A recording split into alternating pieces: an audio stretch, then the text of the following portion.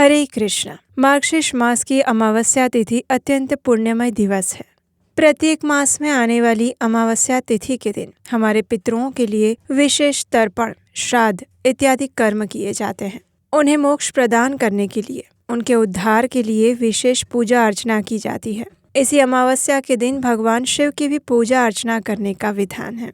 तो चलिए, मार्गशीर्ष मास में आने वाली इस अत्यंत पवित्र अमावस्या के दिन हम एक सुंदर पौराणिक कथा का श्रवण करते हैं। आइए आज की मार्गशीर्ष अमावस्या कथा आरंभ करते हैं। पूर्व काल में संतप्त नामक एक ब्राह्मण था, जिसने अत्यंत कठिन तपस्या करके सभी सिद्धियां प्राप्त की थी और उसने अपने तप के बल से अपने सभी पापों को भी नष्ट कर लिया था। ये संसार असार है, ऐसा जानकर वो वनों में वैखानस मुनियों के द्वारा आचरित वृत्ति का पालन करते हुए वनों में ही विचरण करता रहता था। किसी समय उस ब्राह्मण ने तीर्थ यात्रा को लक्ष्य बनाकर अपनी यात्रा आरंभ कर दी। संसार के प्रति इंद्रियां स्वतः आकृष्ट हो जाती है। इस कारण से उसने अपनी बाह्य चेतना और चित्त वृत्तियों को भी रोक लिया था, किंतु पूर्व संस्कारों के प्रभाव से वो मार्ग भटक गया और चलते चलते बहुत दूर निकल गया। अब चलते चलते समय बीतता गया और मध्याह्न काल हो गया। स्नान के लिए जल की अभिलाषा से वो चारों ओर देखने लगा। उसे उस समय सैकड़ों गुल्मलता और बांस के वृक्षों से घिरा हुआ, वृक्षों की शाखाओं से व्याप्त एक घनघोर वन दिखाई पड़ा, जिसमें ताल, तमाल, प्रियाल, कटहल, श्रीपर्णी, शाल, शाखोट, चंदन, तिंदुक, राल, अर्जुन, आमड़ा, लसोड़ा, बहड़ा, नीम और अन्य बहुत से वृक्षों की सघनता के कारण पक्षियों के लिए भी ये मार्ग नहीं दिखा रहा था। फिर मनुष्य के लिए तो उस वन में कहाँ से मार्ग मिल सकता है। ये वन तो सिंह, बाघ, तर्कशु, नीलगाय, रीछ, बंदर और अन्य अनेक प्रकार के हिंसक जीव जंतु, प्राणी, राक्षस और पिशाचों से भरा हुआ था। संतप्तक ऐसे घनघोर भयावह वन को देखकर स्वयं भी भयभीत हो गया। अब संतप्तक को भय के कारण किस दिशा में जाए ये सूझ नहीं रहा था। कुछ समय बाद जो भी होगा देखा जाएगा, ये सोचकर वो वहां से पुनः चल पड़ा। झिंगुरों की झनकार और उल्लुओं की धुतकार, इन ध्वनियों पर कान लगाए हुए वो 5 ही डग चला था कि सामने उसने बरगद का वृक्ष देखा। उस बरगद के वृक्ष में बंधा एक शव लटका हुआ था, जिसे 5 भयावह प्रेत खा रहे थे। उन प्रेतों के शरीर में मात्र शिराओं से युक्त हड्डियां और चमड़ा ही शेष था। उनका पेट पीठ में धंसा हुआ था। नेत्र रूपी कुओं में गिरने के भय से नासिका ने उनका साथ छोड़ दिया था। वासना से भरे हुए ताजे शव के मस्तिष्क भाग का स्वाद लेकर जो नित्य अपना महोत्सव मना रहे थे और हड्डी की गांठों को तोड़ने में लगे हुए जिनके बड़े बड़े दांत किटकिटा रहे थे, ऐसे भयावह प्रेतों को देखकर निर्मल हृदय वाला वो संतप्तक ब्राह्मण वहीं रुक गया। अब दूसरी ओर उस निर्जन वन में आ रहे ब्राह्मण को उन प्रेतों ने भी देख लिया था। अतः मैं उसके पास पहले जाऊंगा, मैं उसके पास पहले जाऊंगा। इस प्रकार की प्रतिस्पर्धा में वे सभी प्रेत ब्राह्मण की ओर दौड़ने लगे। उनमें से 2 प्रेतों ने इस ब्राह्मण के दोनों हाथ पकड़ लिए, 2 प्रेतों ने उसके पैर पकड़ लिए, एक प्रेत शेष बचा था, उसने इसका सिर पकड़ लिया और उसके बाद वे सभी कहने लगे, मैं इसे डकारूंगा, मैं इसे खाऊंगा। ऐसा कहते हुए वे 5 प्रेत ब्राह्मण को खींचने लगे और फिर उसे साथ लेकर वे अचानक से आकाश में चले गए। किंतु उस बरगद के पेड़ पर जो शव का अभी कितना मांस बचा हुआ था और कितना नहीं है, इस बात को भी वे सोचे जा रहे थे। और उसी समय उन लोगों ने देखा कि दांतों के द्वारा नोचे जाने के कारण वो शव तो अभी भी फटी हुई आंतों से युक्त था। इसलिए वे आकाश से नीचे उतर आए और शव को अपने पैरों से बांधकर फिर से आकाश में उड़ने लगे। आकाश में ले जाए जा रहे उस प्रेत रूप में स्वयं को ही समझकर वो भयभीत ब्राह्मण पूर्ण मन से भगवान श्री कृष्ण की शरण में आ गया और उनसे प्रार्थना करते हुए कहने लगा, नमो पंकज नाभाय, नमो पंकज मालिने, नमो पंकज नेत्राय, नमस्ते पंकजांघ्रिणे। हे देवाधिदेव, चिन्मय, सुदर्शन चक्रधारी हरि, मैं आपको प्रणाम करता हूँ। और इस प्रकार प्रणाम करते हुए ब्राह्मण भगवान से स्तुति करने लगा।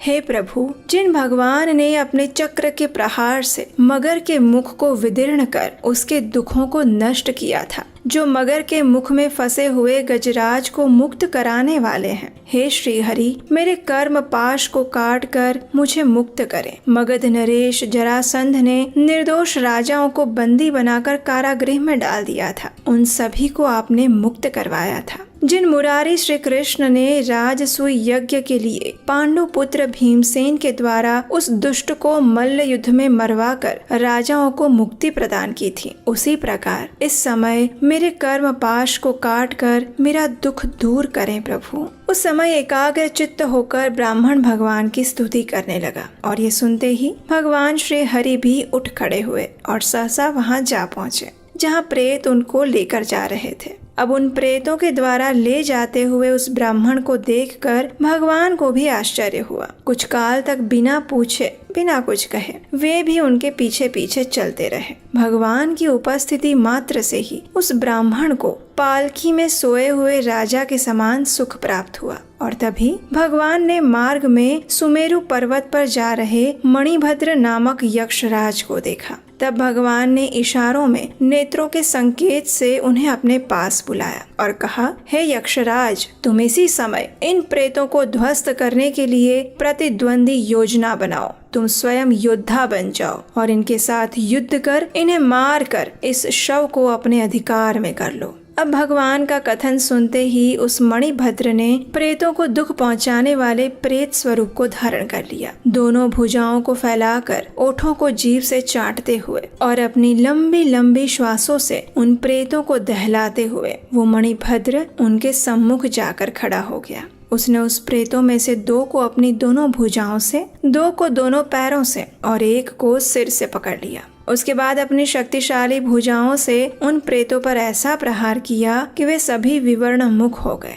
मणिभद्र उस ब्राह्मण तथा उस शव को एक हाथ और एक पैर से पकड़कर युद्ध करने लगे। उन प्रेतों ने भी अपने नाखून, हाथ, पांव और दांतों से उस पर प्रहार किया, लेकिन मणिभद्र ने उनके प्रहार को निष्फल कर दिया और उनसे शव को छीन लिया। अब उस यक्ष के द्वारा शव को छीन लिए जाने पर प्रेतों ने पारियात्र पर्वत पर उस ब्राह्मण को छोड़ दिया और वे सब अत्यंत क्रोध में आकर उत्साह के साथ बलपूर्वक पुनः उस प्रेत रूप मणिभद्र की ओर दौड़ पड़े और क्षण मात्र में ही उन लोगों ने वायु के समान धृतगामी मणिभद्र को घेर लिया। किंतु अपना कार्य पूर्ण होने पर मणिभद्र तो अदृश्य हो गया और ऐसी स्थिति देखकर हताश होकर वे प्रेत उस ब्राह्मण के पास जा पहुँचे। प्रेतों ने सोचा कि शव तो मिला नहीं, लेकिन ये ब्राह्मण तो है ना, और इस प्रकार सोचकर उन सभी ने उस पर्वत पर पहुंचकर ब्राह्मण को जैसे ही मारना प्रारंभ किया, उसी समय भगवान उपस्थित हो गए और भगवान की उपस्थिति और ब्राह्मण के प्रभाव से तत्काल उन सभी प्रेतों के पूर्व जन्म की स्मृति जागृत हो गई। उन सभी प्रेतों ने ब्राह्मण की प्रदक्षिणा की और संतप्त ब्राह्मण से कहने लगे, हे विप्रदेव, आप हमें क्षमा कर दें। इस प्रकार प्रेतों के दीन वचनों को सुनकर ब्राह्मण ने पूछा, आप लोग कौन है? क्या ये कोई माया है या मैं स्वप्न देख रहा हूँ? ये मेरे मन का भ्रम तो नहीं है। तब ब्राह्मण के प्रश्नों का उत्तर देते हुए उन प्रेतों ने कहा, हे विप्रवर, हम सभी प्रेत हैं और पूर्व जन्म के दुष्कर्मों के प्रभाव से इस योनि को प्राप्त हुए हैं। तो ब्राह्मण ने कहा, हे प्रेतों, तुम्हारे नाम क्या है? तुम सबने क्या किया था? तुम्हें कैसे इस दशा की प्राप्ति हुई? पहले मेरे प्रति तुम लोगों का व्यवहार कैसे अविनयी था और इस समय ये विनयी कैसे हो गया? आखिर ये सब क्या हो रहा है? तब प्रेतों ने कहा, हे द्विजराज, आपके सभी प्रश्नों के उत्तर हम अवश्य देंगे। ध्यान पूर्वक सुनिए। हे योगीराज, हम आपके दर्शन से ही निष्पाप हो गए हैं। हमारे नाम क्रमशः पर्युषित, शुचिमुख, शीघ्रग, रोधक और लेखक हैं। तब आश्चर्य पूर्वक ब्राह्मण ने कहा, हे प्रेतों, पूर्व कर्म से उत्पन्न प्रेतों के नाम कैसे निरर्थक हो सकते हैं? तुम सब अपने इन विचित्र नामों के विषय में भी कुछ बताओ। और ब्राह्मण के द्वारा ऐसा कहे जाने पर पृथक पृथक रूप से सभी प्रेतों ने अपनी अपनी कथा कहना आरंभ किया। सबसे पहले उन प्रेतों में से पर्युषित नामक प्रेत ने कहा, हे ब्राह्मण, किसी समय मैंने श्राद्ध के सुअवसर पर ब्राह्मण को निमंत्रित किया था। वह वृद्ध ब्राह्मण मेरे घर पर देर से पहुंचा, तो बिना श्राद्ध किए ही भूख के कारण मैंने उसके भोजन को खा लिया, और जब ब्राह्मण आए तो कुछ बासी अन्न लाकर मैंने उस ब्राह्मण को दे दिया। मरने पर मुझे उसी पाप के कारण ये दुष्ट योनि की प्राप्ति हुई। मैंने ब्राह्मण को जो बासी भोजन दिया था, उसी से मेरा नाम पर्युषित हो गया। फिर शुचिमुख ने कहा, किसी समय कोई ब्राह्मणी तीर्थ स्नान के लिए भद्रवट तीर्थ में गई थी। उसके साथ उसका 5 वर्षीय पुत्र भी था, जिसके सहारे वो जीवित थी। मैं उस समय क्षत्रिय था। मैं उसके मार्ग का अवरोधक बन गया और निर्जन वन में मैंने उस पुत्र के सिर पर मुष्टि प्रहार कर दोनों के वस्त्र और राह में खाने योग्य सामान छीन लिया था। वो बालक प्यास से व्याकुल हो रहा था, अतः वो माता के पास स्थित जल लेकर पीने लगा, तो मैंने उसको डांट कर जल पीने से भी रोक दिया और स्वयं उस पात्र का सारा जल पी गया। भय से ग्रस्त और प्यास से व्याकुल उस बालक की वहीं पर मृत्यु हो गई, और पुत्र शोक से व्यथित उसकी माँ ने भी कुएं में कूदकर अपने प्राण त्याग दिए। इसी पाप के कारण मुझे ये प्रेत योनि प्राप्त हुई है। पर्वताकार शरीर होने के बाद भी इस समय मैं सुई की नोक के समान मुख वाला हूँ। यद्यपि खाने योग्य पदार्थ मैं प्राप्त कर लेता हूँ, लेकिन फिर भी ये मेरा सुई के छिद्र जैसा मुख उसको खाने में असमर्थ है। मैंने क्षुधाग्नि से जलते हुए ब्राह्मणी के बालक का मुंह बंद कर दिया था, और उसी पाप के कारण मेरे मुंह का छिद्र भी सुई की नोक के समान हो गया है। इसी कारण मैं आज शुचिमुख नाम से प्रसिद्ध हूँ। उसके बाद शीघ्रग नामक प्रेत ने कहा, हे विप्रवर, मैं पहले एक धनवान वैश्य था। उस जन्म में अपने मित्र के साथ व्यापार करने के लिए मैं एक दूसरे देश में जा पहुंचा। मेरे मित्र के पास अधिक धन था, और उस धन के प्रति मेरे मन में लोभ आ गया। मेरा तो मूल धन समाप्त हो गया था, और हम दोनों ने वहां से निकलकर मार्ग में स्थित नदी को नाव से पार करना आरंभ किया। उस समय आकाश में सूर्य लाल हो गया था। राह की थकान से व्याकुल मेरा वो मित्र मेरी गोद में अपना सिर रखकर सो गया। उस समय लोभ के कारण मेरी बुद्धि अत्यंत क्रूर हो गई, और सूर्यास्त हो जाने पर गोद में सोए हुए अपने ही मित्र को मैंने जल प्रवाह में फेंक दिया। मेरे द्वारा नाव में किए गए इस कुकृत्य को अन्य लोग भी नहीं जान पाए, और उस व्यक्ति के पास जो कुछ भी बहुमूल्य हीरे, जवाहरात, मोती और सोने की वस्तुएं थीं, वो सब लेकर मैं शीघ्र ही उस देश से अपने घर लौट आया। घर में वो सब सामान रख कर मैंने उस मित्र की पत्नी के पास जाकर कहा कि मार्ग में लुटेरों ने मेरे उस मित्र को मार कर सब सामान छीन लिया था, और मैं भाग कर आया हूँ। अब उस स्त्री ने भी उसी समय परिवारजनों की ममता को छोड़कर अपने प्राणों की भेंट अग्नि को चढ़ा दी। अब मेरे मार्ग में कोई अवरोध नहीं रहा था, और ये देखकर प्रसन्नचित्त होकर अपने घर चला आया। घर आकर जब तक मेरा जीवन रहा, तब तक मैंने उस धन का उपभोग किया। मित्र को नदी के जल प्रवाह में फेंककर मैं शीघ्र ही अपने घर लौट आया था, और उसी पाप के कारण मुझे प्रेत योनि मिली, और मेरा नाम शीघ्रग हो गया। उसके बाद रोचक नामक प्रेत ने कहा, हे मुनीश्वर, मैं पूर्व जन्म में शूद्र जाति का था। राजभवन से मुझे जीवन यापन के लिए उपहार में बहुत बड़े बड़े 100 गांवों का अधिकार मिला था। मेरे परिवार में बूढ़े माता पिता थे और एक छोटा सगा भाई था। लोभ के कारण मैंने शीघ्र ही अपने उस भाई को घर से निकाल दिया, जिसके कारण अन्न और वस्त्र से रहित उस भाई को अत्यधिक दुख भोगना पड़ा। उसके दुख को देखकर मेरे माता पिता मुझसे छुपाकर कुछ न कुछ उसको देते रहते थे।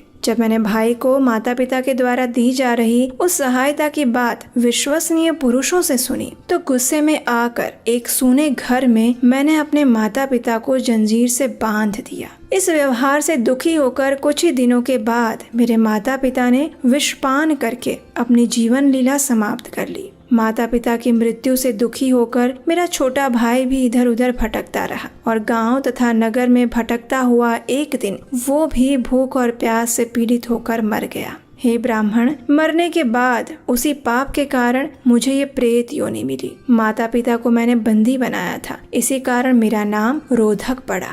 अब अंतिम प्रेत लेखक कहने लगा, हे विप्रदेव, मैं पूर्व जन्म में उज्जैन नगर का ब्राह्मण था। वहाँ के राजा ने मेरी नियुक्ति देवालय में पुजारी के पद पर की थी। उस मंदिर में विभिन्न नाम वाली बहुत सी मूर्तियाँ थीं। स्वर्ण निर्मित उन प्रतिमाओं के अंगों में बहुत से रत्न भी लगे हुए थे। उनकी पूजा करते हुए मेरी बुद्धि पाप आसक्त हो गई थी, इसलिए मैंने एक तेज धार वाले लोहे से उन मूर्तियों के नेत्र आदि से रत्नों को निकाल लिया। क्षत विक्षत और रत्न रहित नेत्रों को देखकर राजा प्रज्वलित अग्नि की ज्वाला के समान क्रोधित हो गया और राजा ने ये प्रतिज्ञा ली कि चोर चाहे श्रेष्ठ ब्राह्मण ही क्यों न हो, यदि उसने मूर्तियों से रत्न और सोना चुराया होगा तो ज्ञात होने पर निश्चित ही वो मेरे द्वारा मारा जाएगा। अब ये सब सुनकर मैंने रात्रि में तलवार उठाई और राजा के घर में जाकर राजा का ही पशु की तरह वध कर दिया। तदअनंतर चुराई गई मणियों और सोने को लेकर मैं रात्रि में ही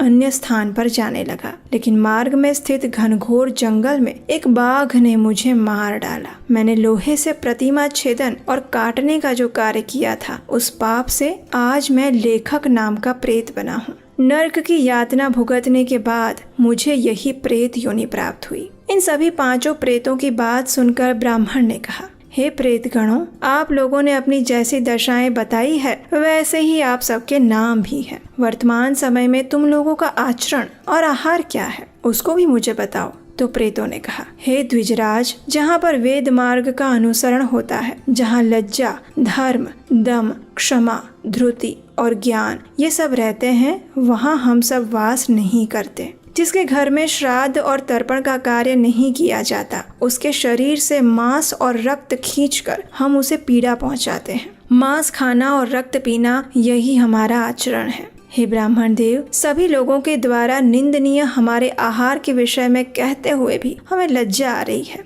वमन, विष्ठा, कीचड़, कफ, मूत्र और आंसुओं के साथ निकलने वाला मल, यही हमारा भोजन और पानी है। हे विप्र, हम नहीं जानते क्यों हमारे अंदर पूर्व जन्म की स्मृति एकाएक आ गई है। जब प्रेत इस प्रकार बोल रहे थे, उसी समय भगवान श्री हरि ने उन सभी को दर्शन दिए। अपने समक्ष स्वयं पूर्ण पुरुषोत्तम परम भगवान श्री हरि को देखकर उस श्रेष्ठ ब्राह्मण संतप्तक ने उन्हें पृथ्वी पर गिरकर साष्टांग प्रणाम किए और भगवान की अनेक प्रकार से स्तुति करने लगा। ब्राह्मण की प्रार्थनाओं और स्तुति से भगवान अत्यंत प्रसन्न हुए। श्री हरि के दर्शन पाकर उन सभी प्रेतों ने भी भगवान को प्रणाम किया और अपने पाप कर्मों के लिए पश्चाताप करने लगे। भगवान के प्रति अधिक प्रेम उत्पन्न होने के कारण उस ब्राह्मण की वाणी रुक गई, जिसके कारण उसके मुख से कुछ भी नहीं निकल पा रहा था। स्खलित वाणी में संतप्तक ब्राह्मण ने भगवान से प्रार्थना करते हुए कहा,